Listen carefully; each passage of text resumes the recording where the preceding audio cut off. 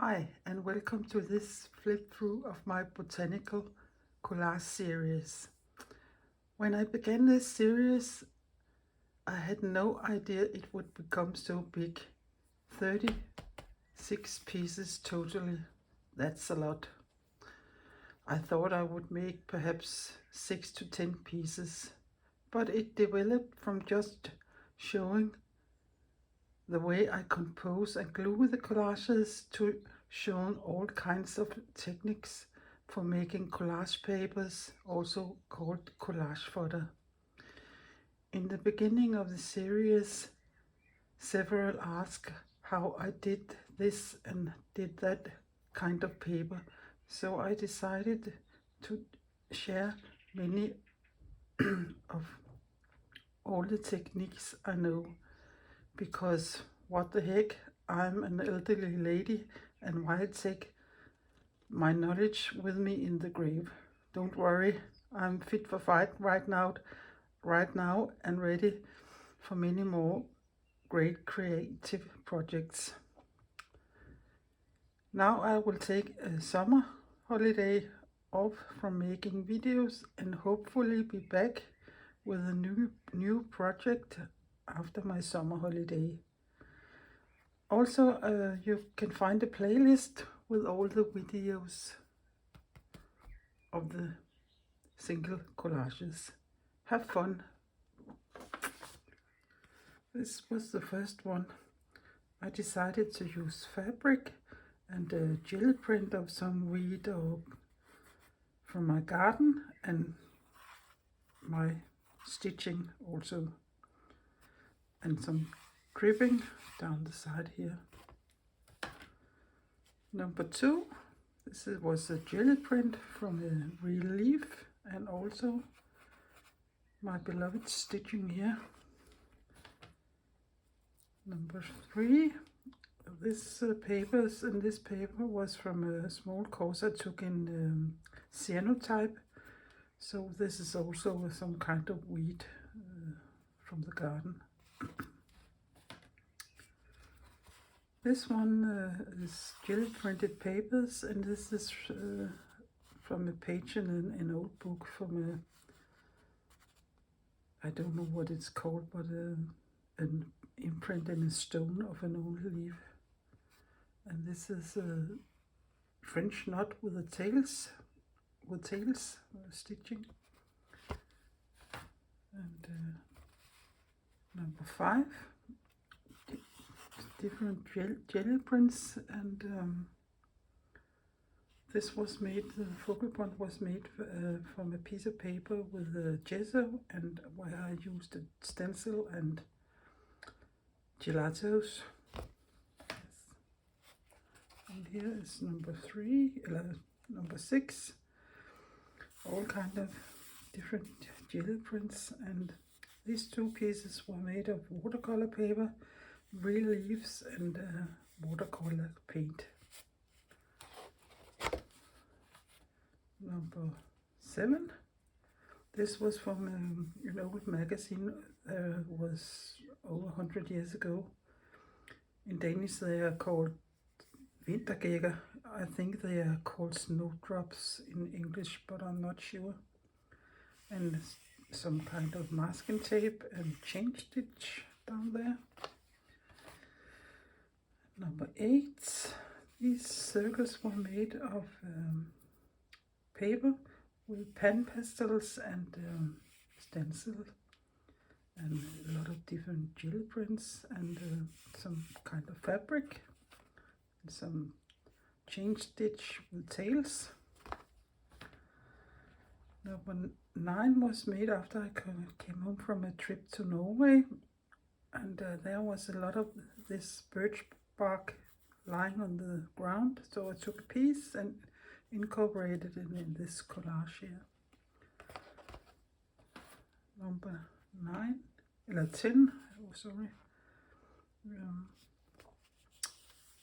This was made with a oil pastel resist on the gel plate, and some French knots and fabric.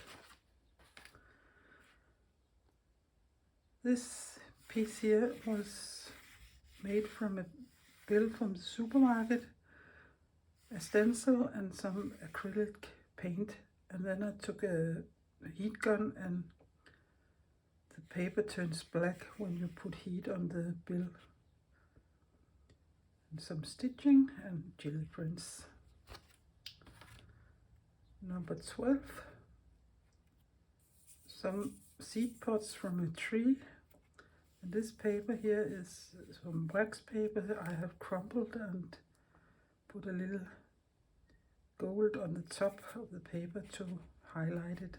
Cross stitches down there and different jelly prints. Number 13, different jelly prints, tea bags and coffee bags. And this one piece here is knitted, hand knitted paper yarn dipped in tea, so it got a little color.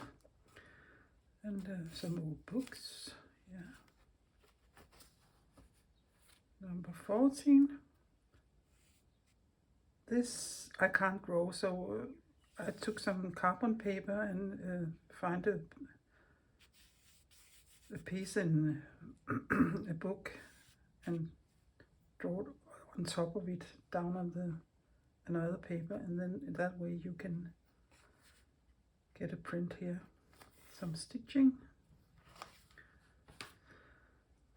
You can find many kind of pictures on Unsplash and Pixabay, and there are several other ways you can find free pictures you can use in your collages, and I think that this was from such a place. Different jelly prints. Number 16. This was black paper with what is it called? Crackle paste. And when it dried, I painted it with acrylic paint. This is a strip of something you put on the wall before you paint it. Different jelly prints. And here is a jelly print where I used dried seaweed. And there's a velvet ribbon here where I have sewn some French knots and also jelly prints here. Number 18, this is fabric where I have printed, I think it was a lime fruit or maybe it was a lemon, I can't remember now. And then hand stitching and different jelly prints. And number 19, this is a handmade paper where I draw a tree or something looks like a tree and took it to my sewing machine and stitched it there. Fabric, and this is these small dots are made from the one you make holes with. Yeah, number 20. Some stamps from South Africa, jelly prints and jelly prints, a ribbon, and this piece here was made with on copy paper with gesso and infusions on. Number 21. I chose to use only black and white papers, so it's all kind of different jelly prints, and a piece of mulberry paper where I draw a simple wheat thing.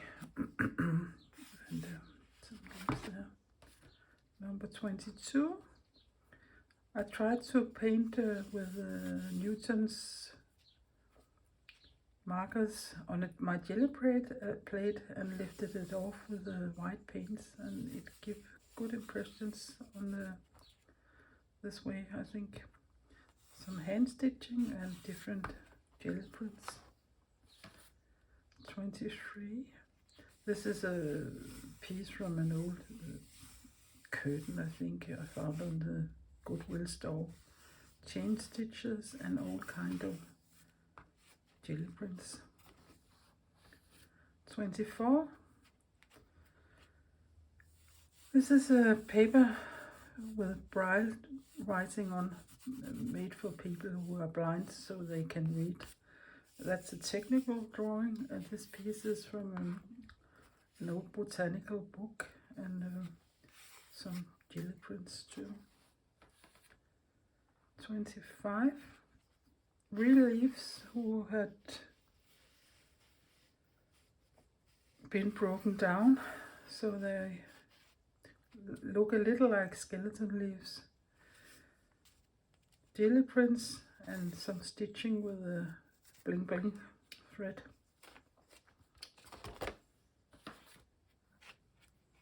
This one is a simple one. All the heads of the dahlias I took somewhere on the internet and printed them out and cut them out, and these are all my jelly prints. So, but yeah. Number 27. I think this fruit is called quince, but I'm not sure I pronounce it all right. It's a very hard fruit, and you can make marmalade and things of it. My sister-in-law has a bush in her garden, and she takes the fruit and cut them into thin slices and put them in her tea, so that's one of them I nicked from her. There's all kinds of leftovers from jelly prints and some stitching here who looks like stars. Number 28. Here I put some soft pastels on my jelly plate to make a print. And the print went well, but my jelly plate still has imprint of this. And it's really hard to get off the plate. This was from the paper from my sushi sticks and jelly printed papers here. This one here is number 29, some jelly print with real leaves, and this big black blob is a piece of roof felt. I found it on the street when I was on Iceland a couple of years ago. More black stitching down there. Number 30. Image transfer on the jelly plate is not the easiest thing, and I have not had great results with it. This is one of the better things. I had a notebook with mushrooms, and I used a piece of that here, and then it's more jelly prints and stitching there. This kind of transfer was done on packing tape, clear packing tape. That went a little better. I don't like the packing tape being so shiny, so I put matte medium on it. Some bling bling stitches there, and pages from notebook. Number 32. This was charcoal, but instead of putting it on directly on my jelly plate, I put it on the paper and then turned the paper down on the jelly plate. That way you can lift it off and there isn't a lot left, like when you draw directly on the jelly plate. So I would prefer that way in the future. Fabric and cross stitches and some jelly prints. 33rd. All of these papers were made with alcohol inks on my jelly plate, and this is a real leaf from a marble tree and some stitching. This one is all different jelly prints and some gold paper with chain stitches with a little tail. And this piece here is made on black paper with texture paste, and I took a knitting needle and draw into it, and when it was dry I painted it with a thin down acrylic paint. 45. I like to use napkins because when you glue them on with matte medium, the white places of the napkin get translucent, and you can't see anything else but the image, and I like that. This piece here was from a coffee filter when I made walnut ink, so it's a lovely brown color. And here I have some small stitching with gold, small triangles. And the last one. Here is a skeleton leaf and a leaf jelly printed print from an old leaf, and some book page, and this here is made with Golden's bronze paint. And I really like this paint because when it gets a little water on it, it dilutes and kind of separates in two colors, the bronze and this patina color, I think. And this print is a print I have had for 20 years, I think. This was the last one. I hope you have enjoyed it like I have. Bye bye.